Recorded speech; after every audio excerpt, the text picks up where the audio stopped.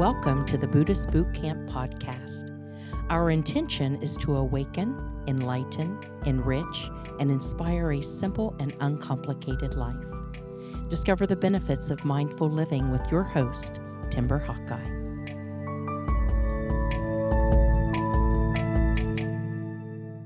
I don't know if it's because I used to be afraid of change or scared of the unknown, but I had this terrible habit of overthinking and trying to mentally prepare for every imaginable case scenario from best to worst just to avoid any surprises. It got so bad that people called me a control freak, and I even identified as one with a twisted sense of pride, as if controlling was a superpower that meant I was in charge and on top of things, rather than delusional and exhausted. It was a huge relief when I finally discovered the core of the Buddha's teachings tackles the root of this self-destructive behavior. One of his realizations was that pain is inevitable, but suffering is optional. That means the pain we feel when we experience change is inevitable, but resisting change is what causes us to emotionally suffer unnecessarily. Old age, sickness, and death, for example, affects everyone, even us control freaks. So if we want to avoid suffering, we need to practice acceptance. It sounds simple enough. So why is it so hard?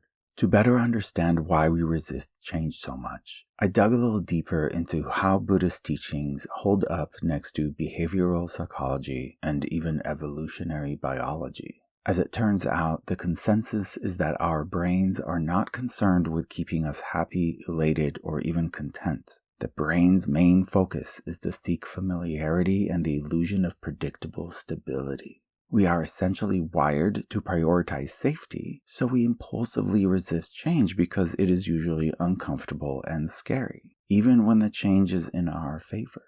Of all the reasons people give for resisting change, one of their explanations tops the list. Whether the change is a sudden loss, the death of a loved one, the end of a job or a relationship, unexpected ailment or disability, or even changes like falling in love, getting a promotion, or better yet, retirement. The primary justification people give for their resistance to change is that they don't feel ready for it. Here is the problem with that excuse. Ready is not a feeling, it's a decision. People get stuck in a loop of waiting to feel what isn't a feeling at all. And if we wait until we feel ready to do something, we'll be waiting forever. During our monthly discussions about this topic, we uncovered the real feeling behind our indecisions is actually insecurity. We basically lack trust in our own ability to adapt to change, even though we have done it hundreds of times before. I'm not even talking about having blind faith in the unknown, but rather faith in ourselves. Resistance to change has nothing to do with feeling ready at all. The mind just tricks us into believing that a thought is a feeling, because saying we feel incapable, unwanted, scared, or doomed justifies inaction, while a bold and confident statement such as, "I'm ready despite my fear," is more authoritative and therefore scary. And since the mind is designed to avoid what is scary and to dodge all perceived danger, we resist change. But as we all already know, resistance is futile and change is coming whether we like it or not. So, to bypass this built-in and overprotective safety mechanism that labels change as dangerous, my personal mantra these days comes from a game that we all played as children, hide and seek. As soon as I get too comfortable with the illusion that I somehow know what the future holds, I now hear the voice of change in my head saying, "Ready or not, here I come." This mantra goes perfectly well with throwing your hands in the air whenever things don't go according to plan and just yelling, "Plot twist!" These playful and light-hearted mantras remind me that I don't know what's going to happen 5 minutes from now, let alone next week or in a year. Nobody does. So I loosen my grip on delusion, take myself less seriously, and I decide, not feel, that I am ready for whatever comes next. I don't do this because change is always pleasant. I do it because change is unavoidable, so I might as well embrace it.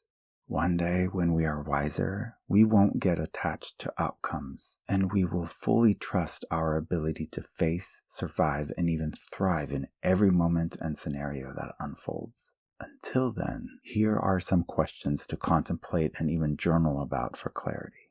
What does change threaten to take away from you that you are not yet willing to release? What is holding you back from being ready for whatever comes next? What if you were decidedly ready to accept change, painful as it may be, so that you no longer suffer unnecessarily? And perhaps most important to visualize is this. What would your life look like if you weren't scared of losing anything? I suspect you already know what to do, but you are still negotiating with comfort. Remember, don't wait until you feel ready, because ready is not a feeling. The moment you decide that you are ready, the only thing you will feel is empowered. I hope you join our monthly discussions in person or over Zoom, as we learn so much from one another and always walk away with new tools, fresh perspectives, and renewed strength for the journey ahead. Download the free Buddhist Boot Camp app for a list of upcoming events, and I will see you at one of them. We are in this together. Namaste. Timber Hawkeye is the best-selling author of Buddhist Boot Camp, Faithfully Religionless, and the Opposite of Namaste. For additional information, please visit BuddhistBootCamp.com, where you can order autographed books to support the Prison Library Project, watch Timber's inspiring TED Talk, and join our monthly mailing list.